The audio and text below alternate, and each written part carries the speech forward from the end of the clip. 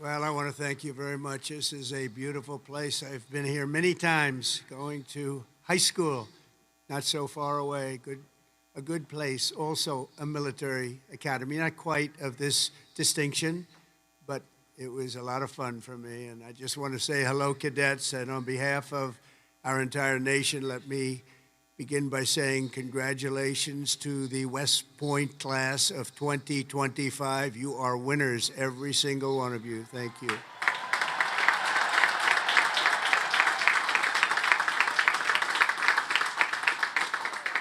And now we want you to relax, and I'm supposed to say at ease, but you're already at ease. You're at ease because you made a great choice in what you're doing. Your choices in life have been really amazing. So this is a celebration, and let's have a little fun. I want to thank your highly respected superintendent, General Stephen Gillen, and he is really something. I got to know him backstage with his beautiful family, and his reputation, his wife is just incredible. His reputation is unbelievable, and thank you very much. And your daughter is a winner also, just like everybody out there, a real winner. Thank you. Thank you.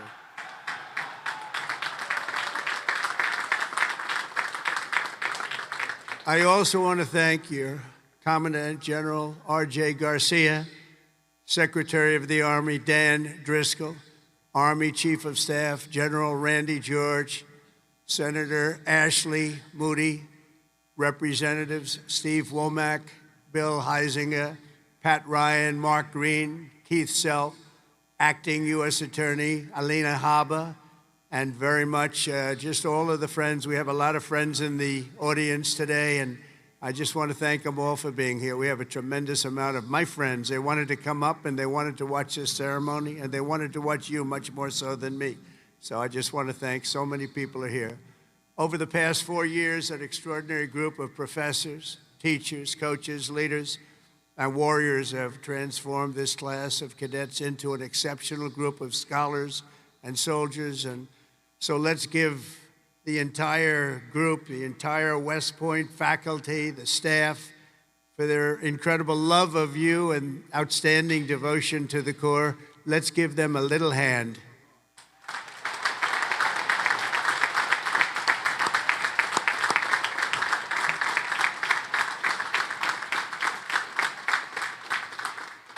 And importantly, we can't forget all of those people beaming with pride. Look at them in the audience. Oh, they're so proud. They're in the stands. So thank your parents, your grandparents, and family members who made this all possible for you. Thank you.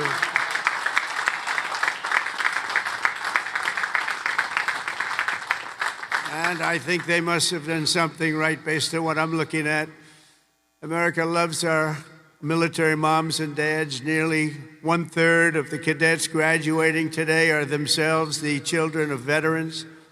So to everyone with us this morning who served America in uniform, no matter your age, please stand so we can salute your service. We'd like to see who you are.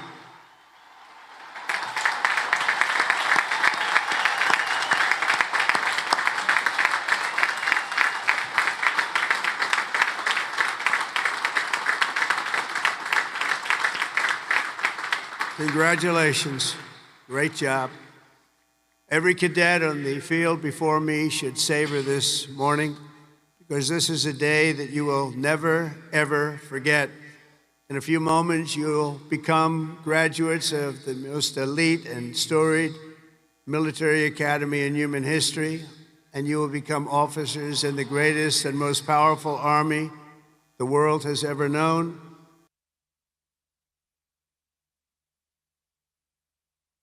Came for duty, you came to serve your country, and you came to show yourselves, your family, and the world that you are among the smartest, toughest, strongest. Built it before in my first term.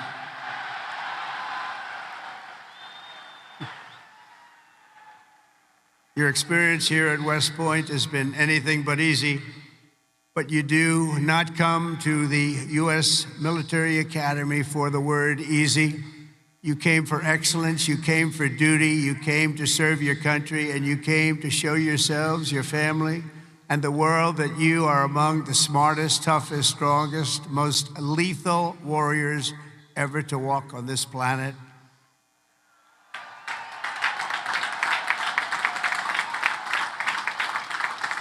Looking out at all of you today, I can proudly say, mission accomplished. Great job.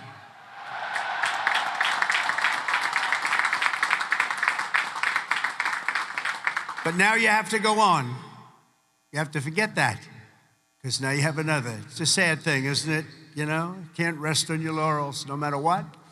You just have to keep going. You take a little day off, and you go on to the rest, because you have to have victory after victory after victory, and that's what you're going to have as you receive your commissions as second lieutenants. Each of you continues down the same hallowed path, walked by titans and legends of U.S. military lore, giants like Ulysses S. Grant, John Blackjack Pershing, Dwight David Eisenhower, the one and only Douglas MacArthur, old blood and guts George Patton, and Norman Schwarzkopf. All great. So many more. They and countless other patriots before you have walked out of these halls and straight into history, and today you officially join those immortal heroes in a proud ranks of the long gray line. You know that term, so beautiful, the long gray line. Among the 1,000 cadets graduating today, 26 of you wear the prestigious star wreath signifying the highest level of academic achievement. Please stand up, 26. Let's see if somebody stands who shouldn't be standing.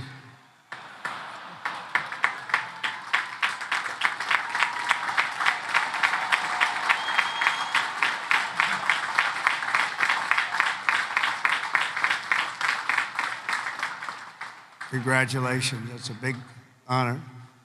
This class includes an incredible 4 Rhodes Scholars.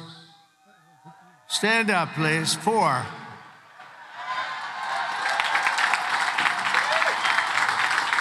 Wow.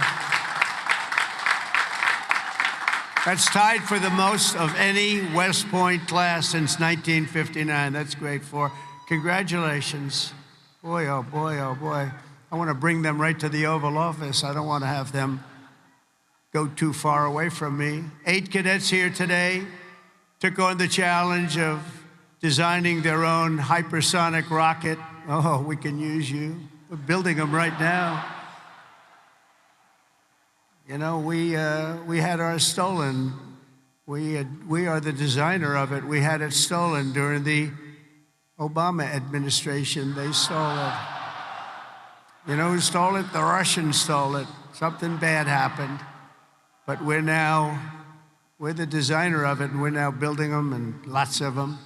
And earlier this year, they launched it into space, setting a world record for amateur rocketry. Can't get you in there fast enough. This class excelled not only mentally, but also physically. Last January, when more than 1,000 cadets volunteered for an 18.5-mile march on a freezing winter night, Cadet Chris Verdugo completed the task in 2 hours and 30 minutes flat, smashing the international record for the competition by 13 minutes. Where is he? Where is he? Come up here. Come up here, Chris. Get up here, Chris. Wow. Come here. That's by 13 minutes. Come here, Chris. I want to see this guy.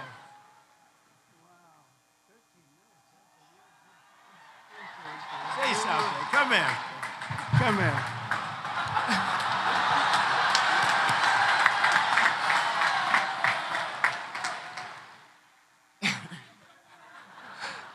It's been a long 5 years, but I couldn't have done it with any of these guys.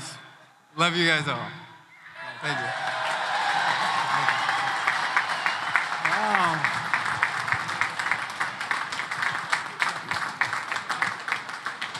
That's great. Keep it going, Chris. That really is a definition of Army strong, isn't it? International. International. This class includes 513 graduates who completed Air Assault School, 70 who completed Airborne School, 8 who made it through the Ultra Elite Army Diver School, among the most difficult and grueling programs anywhere on Earth. That includes the first 2 women in West Point history to complete diver school, cadets Megan Cooper and Clara Sabu. Where are you? Stand up.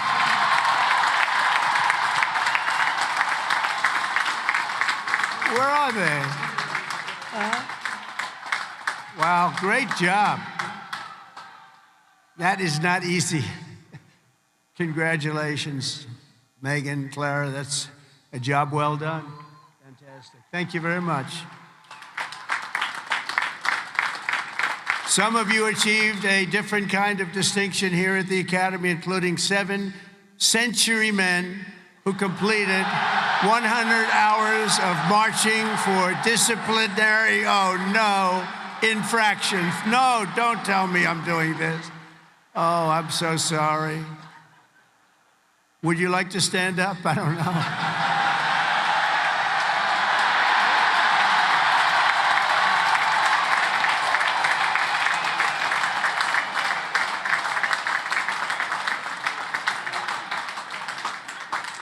I think I saw Chris standing up. Chris, what's going on here? Well, you had one good, one not so good, right, Chris? Can't believe Chris is standing up. But we want everyone to leave here today, Chris, so you're going to be okay, because I'm going to do something with a clean slate. So in keeping with tradition, I hereby pardon all cadets on restriction for minor conduct offenses effective immediately, so you're all okay. You're all okay.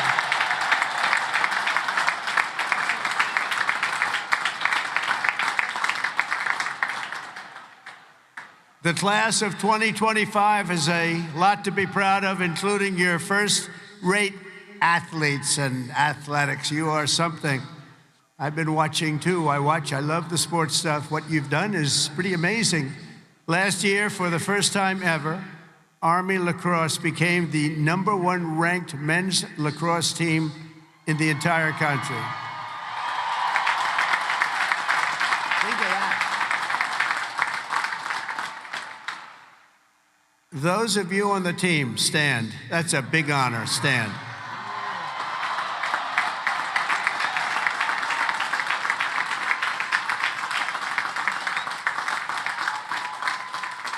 Great. That's a tough sport, too. That's #1 in the country. Your sophomore year, Army football beat Navy 2017. And the next year, you did it again, beating Navy 17-11 and dominating Air Force 23-3. But this year, the Black Knights fought your way into the top 20 nationally and racked up your longest winning streak since 1949 with the help of graduating quarterback cadet Bryson Daly, or as you call him, Captain America. Captain America. Stand up, Bryson. Where's Bryson? We got to get him up here, right? Come on, Bryson. Come on. Man, oh, man. I heard he's well, I came to a game and I said, yeah, he can get into the NFL, can he? But he chose this life. And you know what? I think he made a good choice. Come on up here, Bryson.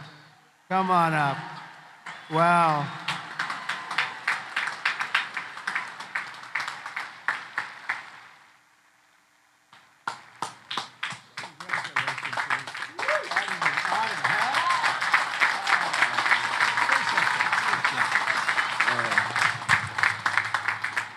Go Army football. Shout out the Hogs, H4. Can't wait to graduate. Love you guys.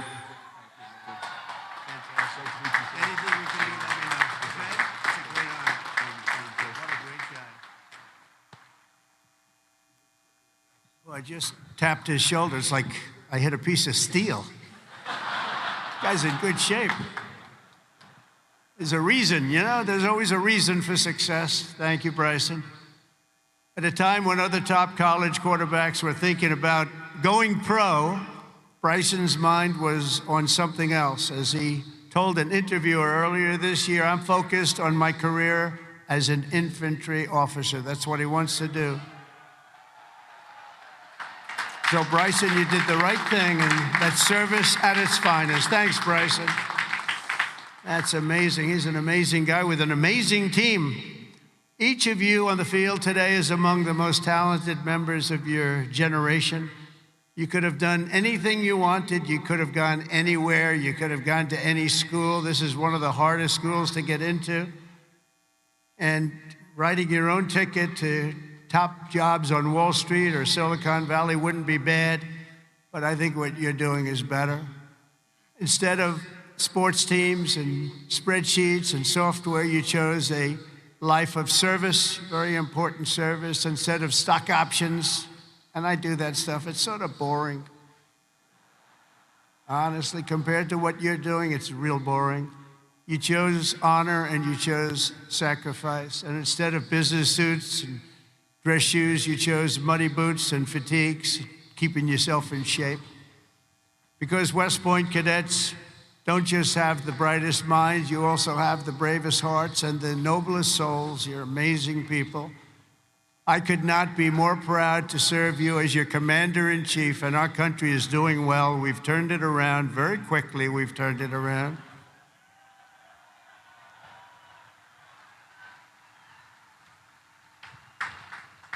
I just got back from the Middle East, and I was at, as you know, Saudi Arabia, Qatar, UAE, and I will tell you, they said, all three leaders, great leaders of those three nations, they all said the same thing. The United States of America is hotter now than we've ever seen it, and a year ago, it was as cold as it gets, and it's true. It's true. We have the hottest country in the world, and the whole world is talking about it, and that's an honor for all of us. I cannot wait to see the glory that is still ahead, however, for the West Point class of 2025, and we're going to help you a lot because we're going to give you a nation as good or better than it ever was. That's what I promise you.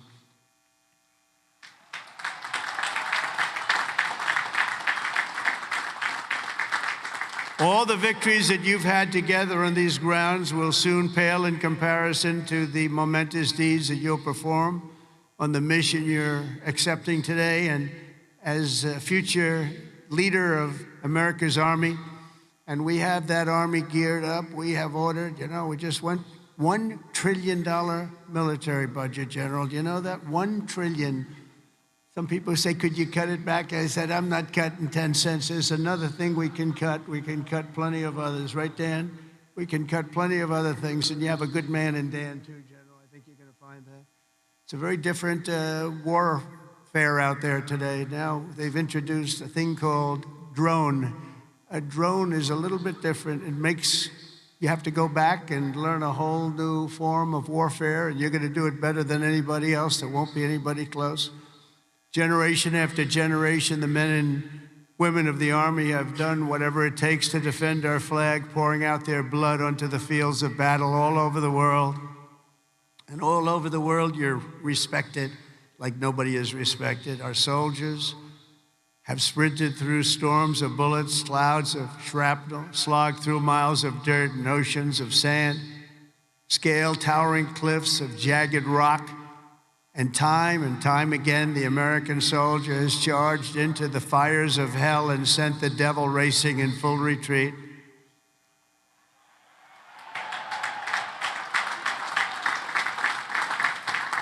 No task has ever been too tough for America's Army.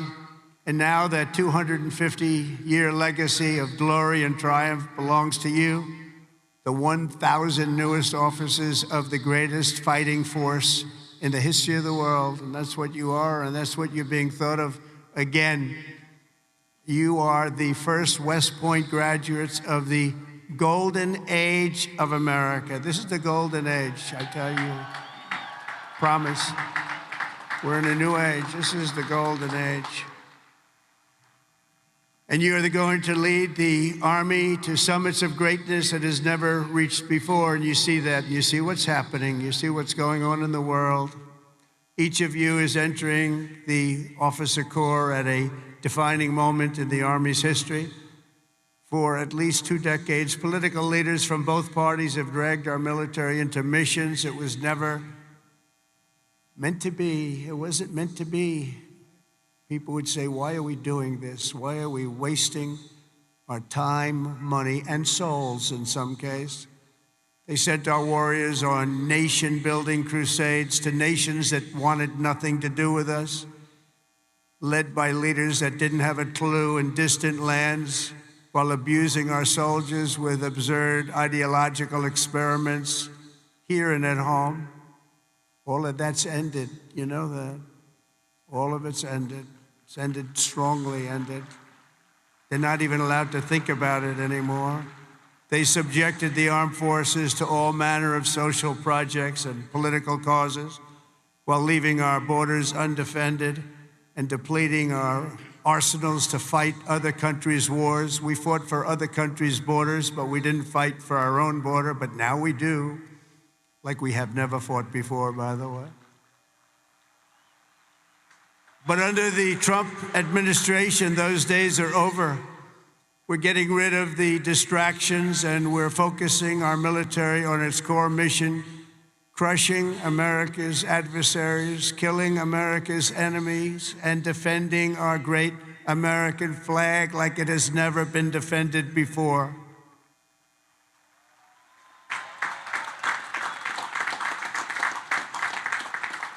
The job of the U.S. Armed Forces is not to host drag shows, to transform foreign cultures, but to spread democracy to everybody around the world at the point of a gun.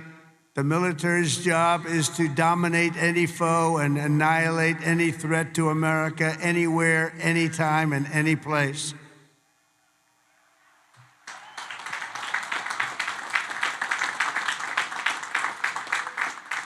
A big part of that job is to be respected again, and you are, as of right now, respected more than any army anywhere in the world, and that's happening, and I can tell you, you are respected like nobody can believe.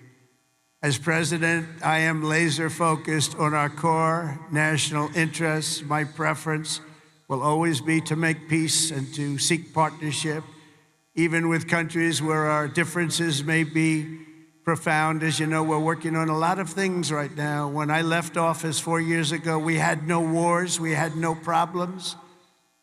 We had nothing but success. We had the most incredible economy, the greatest, single greatest economy for a president in history. I think we're going to beat it this time by a lot, if you want to know the truth. But we had something going on very special. But if the United States or its allies are ever threatened or attacked, the Army will obliterate our opponents with overwhelming strength and devastating force. That's why my administration has begun a colossal buildup of the United States Armed Forces, a buildup like we've never had before. Peace through strength. You know the term. I've used it a lot.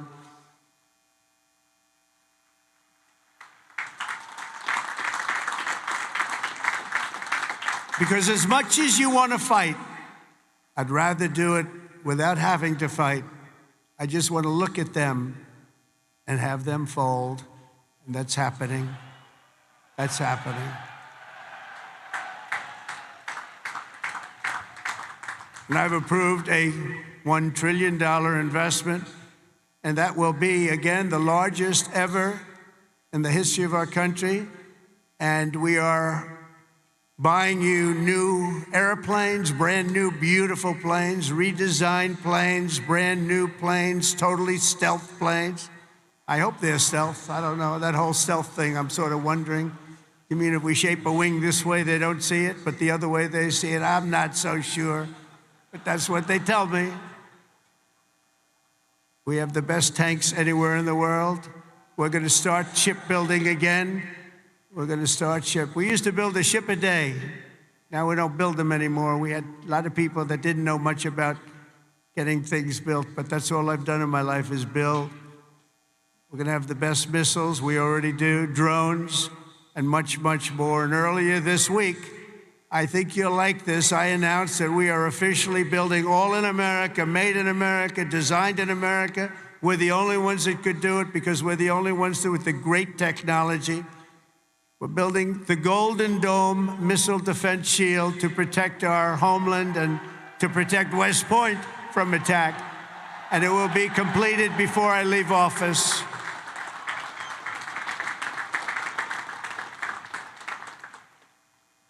And you know, you wouldn't think this, but our enemies are very unhappy about it.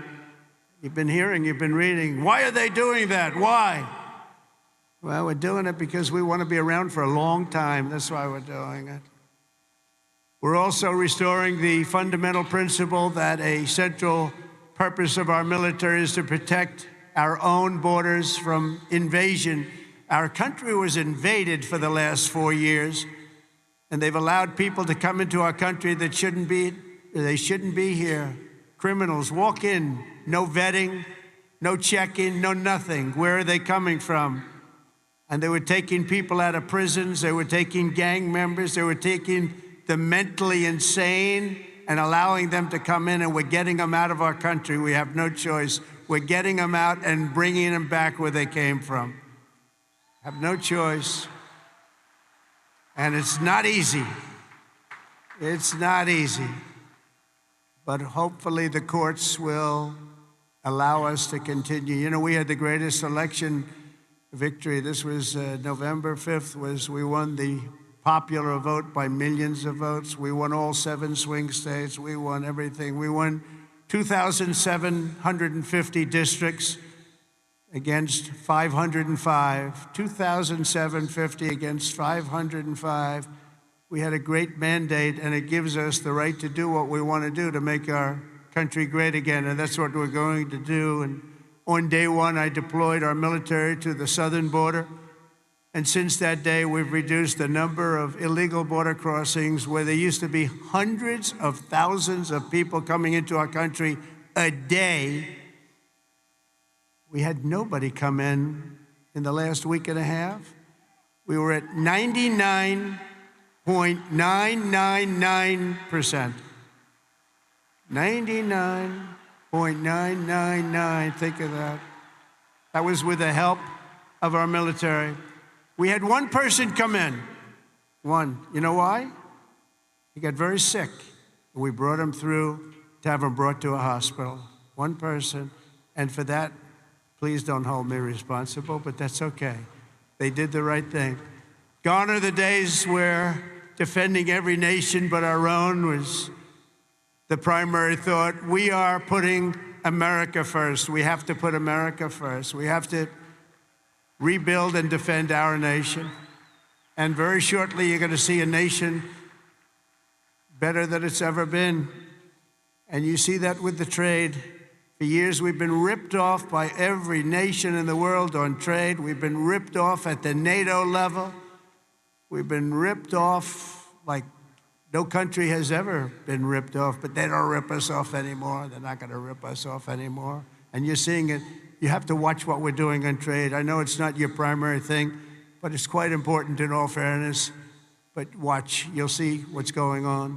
You've been reading about it over the last few days. We're making deals with other nations that were nobody thought it would be even possible. And the reason is very simple. They respect us again. They're respecting our country again. That's what you want. And everything we do, we are bringing common sense back to America. It's all about common sense. We can say we're liberal, we're conservative. The new word is progressive. They don't like using the word liberal anymore. That's why I call them liberal. But whatever you are, you know, most importantly, you have to have common sense, because most of it's about common sense when you get right down to it. And we have a lot of people with a lot of very smart people, but they have to have common sense. And we've liberated our troops from divisive and demeaning political trainings. There will be no more critical race theory or transgender for everybody forced onto our brave men and women in uniform or on anybody else for that matter in this country. And we will not have men playing in women's sports, if that's okay.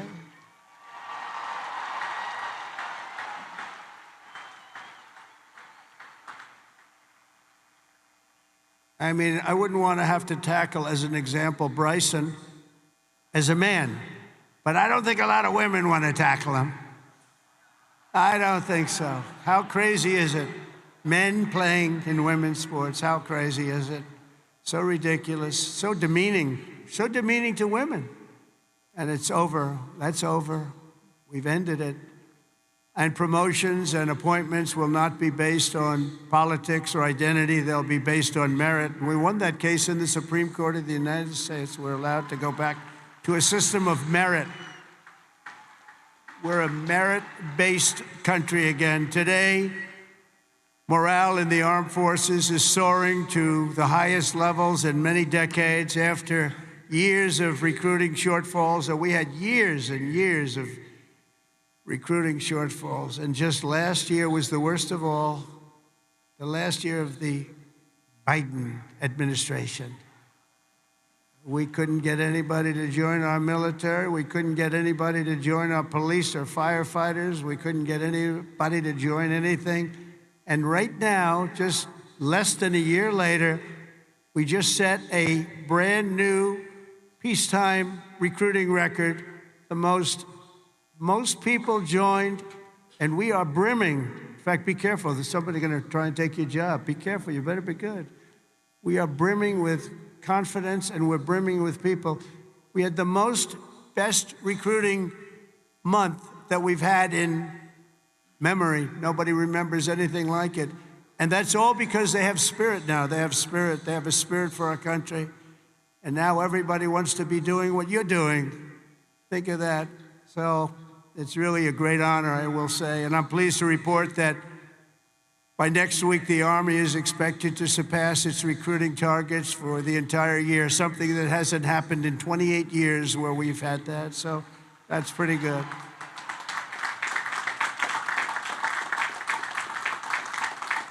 And it's nice to know that you're doing something that everybody wants to do, isn't it? Really nice. I hated to hear that. During the campaign, I was hearing that you couldn't get people to enlist, but now we're getting people, and it's sad because we're telling so many people, I'm sorry, we can't do it. My administration is doing everything possible to forge the most powerful military ever built. But ultimately, the task of keeping America strong and safe in the years ahead is going to belong to you. Among you are the lieutenants, majors, colonels, and generals who lead the Army for the next 10, 20, 30, and even 40 years. So as Commander-in-Chief, let me offer a few words of advice as you begin your Army careers. And I thought I'd do this, and I can make this to a civilian audience or to a military audience. It's pretty much the same. And I did this recently at Ohio State, and they really liked it. I gave them a little advice as to what I see for what you want to do and some tips. And first of all, and you've already done it, different from civilians, they're making their decision right now. You've already made your decision. I love your decision. You have to do what you love. You have to do what you love. If you don't love it, you'll never be successful at it. And you've done this, and you really, many of you in the audience, many of you that are graduating, you come from military backgrounds or you love the military. It's what you want to do. It's what you want to talk about.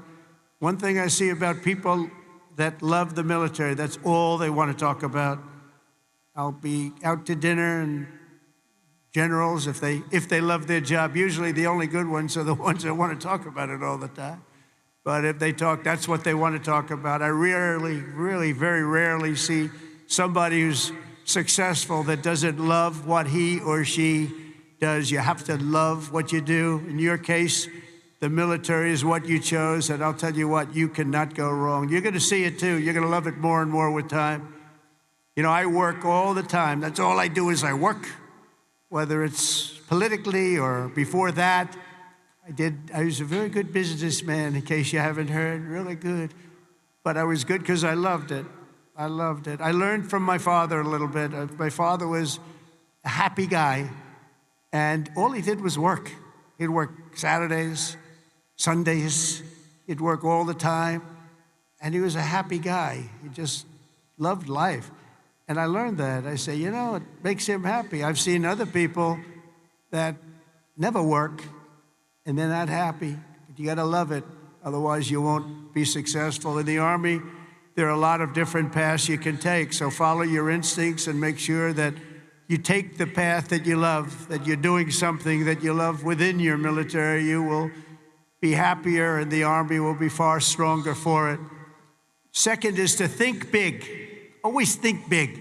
If you're going to do something, you might as well think big, do it big, because it's just as tough, and sometimes it's a lot easier thinking big than doing a small task that's more difficult. One of your greatest graduates, General Eisenhower, used to say, whenever I run into a problem that I can't solve, I always like to make it bigger to solve it and solve more of it. If you're going to solve a problem, it might as well be a big problem as opposed to a small problem that lots of people can take advantage of and solve. So you can achieve something really amazing. Think big. Third, though, you got to do this. Brain power you have to have. Potential you have to have. But to be really successful, you're always going to have to work hard. An example is a great athlete, Gary Player, great golfer. He wasn't as big as the other men that were playing against him, great, big, strong guys. Gary was a smaller guy. I don't want to say too small. He's a friend of mine. He gets a little angry at people because he hits the ball just as far. He said, I hit the ball further than them. Why am I small? But he worked very, very hard. He was always doing exercise. He was well ahead of his time. He never stopped. He won 168 golf tournaments. He won 18 majors, 9 regular and 9 on the senior tour. 18 with 168. That's the most tournaments internationally, the most tournaments anybody's ever won. But he made a statement years ago, and I heard it. He's the first one. I think I've heard it a couple of times since, but he was the first. He said, it's funny. The harder I work, the luckier I get. And think of that. The harder I work, the luckier I get. And he worked hard, and you're working hard, and the harder you work, the luckier you're going to get. Fourth is don't lose your momentum. Momentum's an amazing thing. Keep it going. I tell a story sometimes about a man who was a great, great real estate man. He was a man who was admired for real estate all over the world, actually, but all over the country. He built Levittowns. He started as a man who built one house. Then he built 2, then he built 5, then he built 20, then he built 1,000, then he built 2,000 and 3,000 a year. And he got very big, very big. He was great at what he did. You see him all over the country still, Levittowns. This was a long time ago, but he was the first of the really, really big home builders. And he became very rich, became a very rich man. And then he decided to sell. He was offered a lot of money by a big conglomerate, Gulf and Western, big conglomerate. They didn't do real estate. They didn't know anything about it, but they saw the money he was making. They wanted to take it to a public company. And they gave him a lot of money, tremendous amount of money, more money than he ever thought he'd get. And he sold his company, and he had nothing to do. He ended up getting a divorce, found a new wife. Could you say a trophy wife? I guess we can say a trophy wife. It didn't work out too well, but that doesn't work out too well, I must tell you. A lot of trophy wives, doesn't work out. But it made him happy for a little while at least. But he found a new wife. He sold his little boat and he got a big yacht. He had one of the biggest yachts anywhere in the world. He moved for a time to Monte Carlo and he led the good life. And time went by and he got bored. And 15 years later, the company that he sold to called him And they said, the housing business is not for us. You have to understand, when Bill Levitt was hot, when he had momentum, he'd go to the job sites every night. He'd pick up every loose nail. He'd pick up every scrap of wood. If there was a bolt or a screw laying on the ground, he'd pick it up and he'd use it the next day in putting together a house. But now he was spoiled, and he was rich. He was really rich. And they called and they said, this isn't for us, this business. We do other things. Would you like to buy it back? We'll sell it back to you cheap. And they did. He bought it. He bought it. He thought he made a great deal, and he was all excited. But it was 15 years later. He lost a lot of momentum. Remember the word momentum. And he lost everything. It just didn't work. He lost everything. And I was sitting at a party on Fifth Avenue one night, a long time ago, and you had the biggest people in New York, the biggest people in the country, all in that party, and they were all saluting each other, how great they were. They were all telling each other, I'm greater than you. Gets to be really, gives you a headache sometimes. But they had all these people that telling their own stories about how fantastic, a cocktail party, and I looked over, and I was doing well. I was invited to the party, so I had to be doing well. I was very, very young, but I made a name in real estate, and I looked over, and at the party, sitting in a corner all by himself, nobody was talking to him, was Mr. Levitt. He had just gone bankrupt, lost everything. He had lost everything, his home, everything. And I went over and talked to him because he was in the real estate business, and I loved real estate, and I said, hello, Mr. Levitt, how are you? He said, hello, Donald, it's nice to meet you. He knew me from being in the business. I said, so how's it going? He goes, not well. It's really not going well, as you've probably read. It's been a very, very tough period for me, son. I said, so what happened? It's just anything you can do? He goes, no, there's not a thing I can do. He said, I'll never forget. He said, I've lost my momentum. I just didn't have it. I used to have it, but I lost my momentum. So it's a story I tell, and you have to know when you have the momentum, but sometimes you have to also know when you've lost the momentum. And leaving a field sometimes, leaving what you're doing sometimes is okay. But you got to have momentum, but you have to know if that momentum's gone. You have to know when to say it's time to get out. And it's a very sad story. I remember that story so well, like it was yesterday. Fifth, you have to have the courage to take risks and to do things differently. Eisenhower, again, was threatened with court-martials as a young officer for advocating a new doctrine of tank warfare. Billy Mitchell was thrown out of the Army for pioneering the use of air power. They said, what do you mean air power? Don't be ridiculous. People willing to try and do things differently. It's never going to be easy for them, but they're the ones that are going to really do the important things. They're the ones who are going to make history. So don't be ashamed and don't be afraid. This is a time of incredible change, and we do not need an officer corps of careerists and yes men and people that want to keep it going the way it's been, because it changes rapidly, especially what you're doing. Because believe it or not, you're in a business and profession where things change as rapidly like warfare, the type of warfare. Unfortunately, we're getting to see it with Russia and Ukraine, and we're studying it, and it's a very terrible thing to study, but we're seeing the different forms of warfare. We're seeing the drones that are coming down at angles and with speed and with precision. We've never seen anything like it. We've never seen anything like it, and we're learning from it.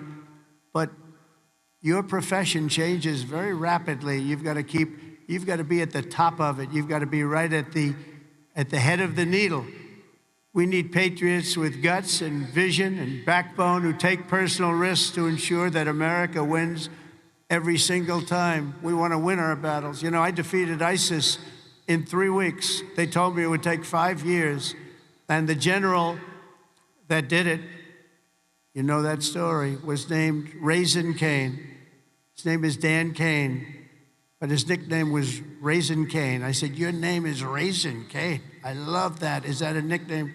That's what they call me, sir. I love you, General. I think you're the guy I'm looking for.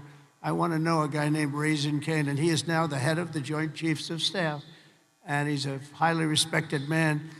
And we defeated, think of it, ISIS. They said, how long in Washington? Sir, it will take 4 years to defeat them, maybe 5.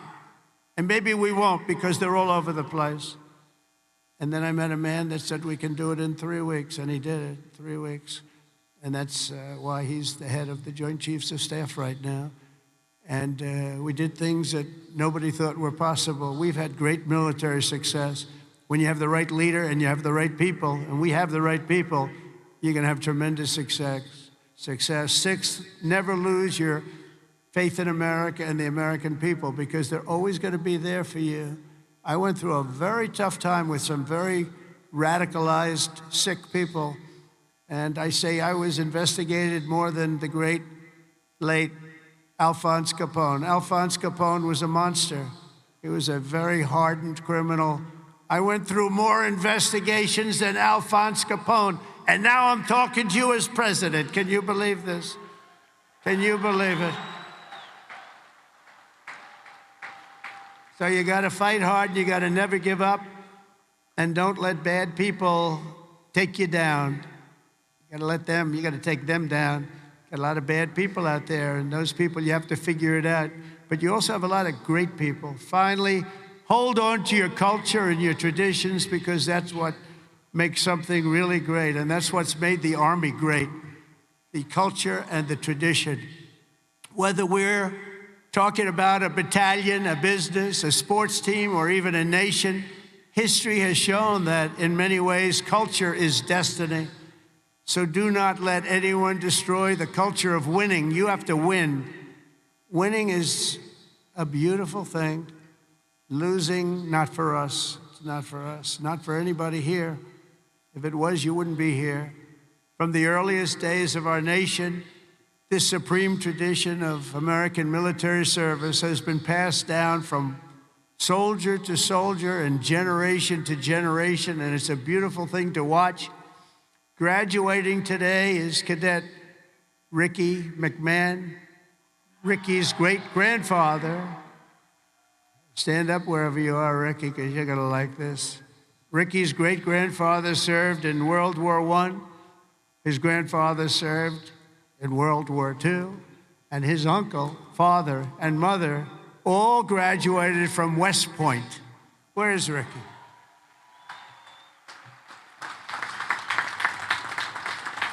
In 2004, when Ricky was just a little tiny boy, who would think about that, Ricky, a little tiny boy? His dad, Lieutenant Colonel Michael McMahon, made the ultimate sacrifice for our nation in Afghanistan. Today, Lieutenant Colonel McMahon rests not far from here in the West Point Cemetery. Last year, 2 decades after losing his father, Ricky placed a gold chip from his dad's 1985 class ring into a crucible along 87 other rings were with it of past West Point grads that were melted down to forge those now worn by the class of 2025. Do you all know that? Do you know that? What you're wearing? I want one. Ricky, I want one.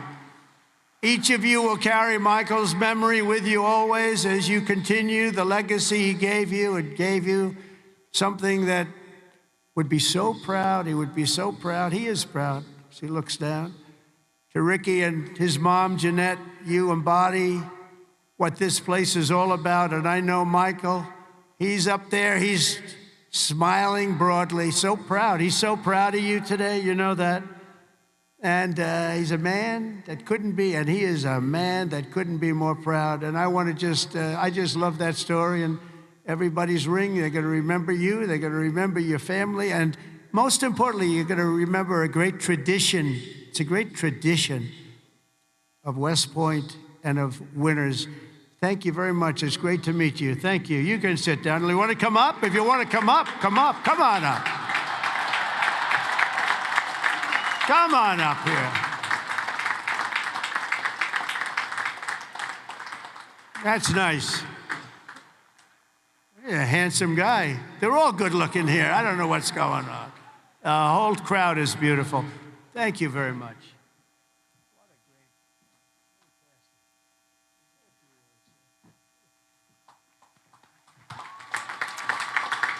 I'd like to thank my mother, I'd like to thank my family, and I'd like to thank G3, Go Gophers.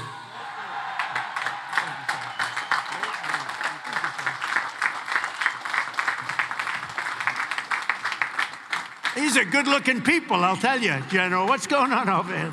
Look like all a bunch of male models. I can't stand it.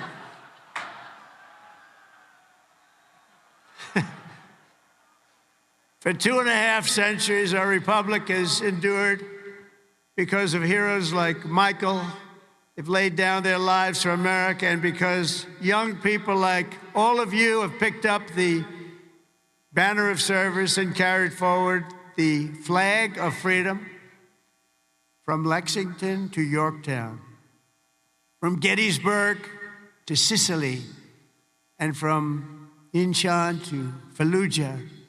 America has been won and saved by an unbroken chain of soldiers and patriots who ran to the sound of the guns, leapt into the maw of battle, and charged into the crucible of fire to seize the crown of victory, no matter the odds, no matter the cost, no matter the danger. All over the world, our soldiers have made sacred the ground where they shed their blood and showed their valor. From Seminary Ridge to San Juan Hill, Belleau Wood, Omaha Beach, Leyte Gulf, and Ardennes Forest, Chosin Reservoir, all over, and even a place called Pork Chop Hill. And in all of those battles and so many more, some of the best, brightest, and bravest have come from right here at the U.S. Military Academy at West Point, one of the great fabled places anywhere in the world. America's Army has never failed us, and with leaders like the West Point class of 2025, the Army will never fail. We will never let you down.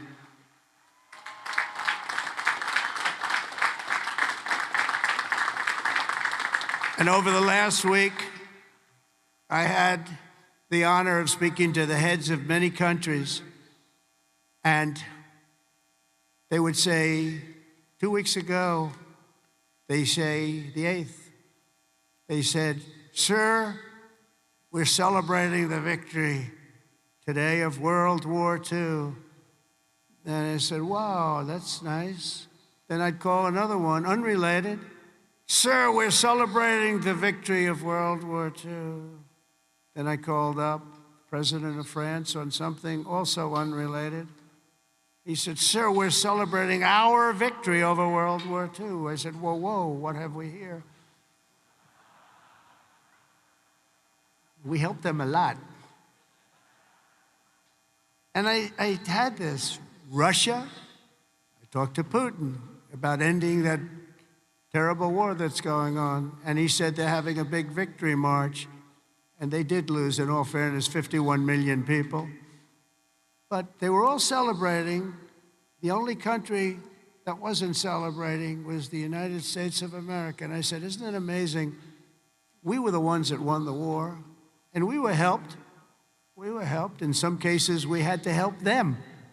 But we were helped by some of the nations, and we were strongly helped by a couple of them. But every one of them was celebrating. They had Victory Day. They called it Victory Day in Europe, Victory Day all over. And we weren't even thought about. Nobody had a Victory Day. And so I named that special day and another special day from now on as a holiday, but a holiday where we work, because we don't have enough days. We're going to be having so many holidays, we're not going to be able to work anymore. But I named it for World War II, and a separate day in November, as you know, for World War I. I said, you know, all of these countries that participated in the war are celebrating, but the greatest country of them all, and the country that won the war, nobody even talked about, And so we're going to be talking about it too from now on, and I think you'll appreciate it. We won the First World War, we won the Second World War, and you know where we won them from? Right here at West Point. West Point won the war. You won 2 world wars and plenty of other things, but think of it, we don't want to have a 3rd World War, but we won the First World War, we won the Second World War right here from West Point. And that's something. And we're going to be talking about it. You know, they can talk about it. And in some cases, as you know, they didn't do too much to help. They were ground down, but they were celebrating victory. No, we're going to celebrate victory because we're the ones that won that war. Standing before you today, I know that you will never stop. You will never quit. You will never yield. You will never tire. You will never, ever, ever surrender, never give up. Remember that, never give up. That's another little factor I could have added. Never, ever give up. Raise your right hand. I pledge I will never, ever give up. You can never give up. You can never give up. If you do, you're not going to be successful because you'll go through things that will be bad. You're going to have great moments. You're going to have bad moments. You can never give up. Through every challenge and every battle, you'll stand strong, you'll work hard, you'll stay tough, and you will fight, fight, fight, and win, win, win.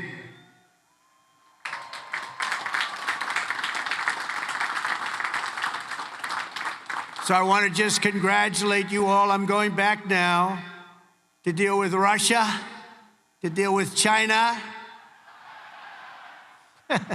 What's that all about? That's what it's... And to get you lots of victories. We're going to keep winning. This country is going to keep winning, and with you, the job is easy. I want to thank you all. Congratulations to the class of 2025. God bless you all. Incredible people. Thank you very much, everybody.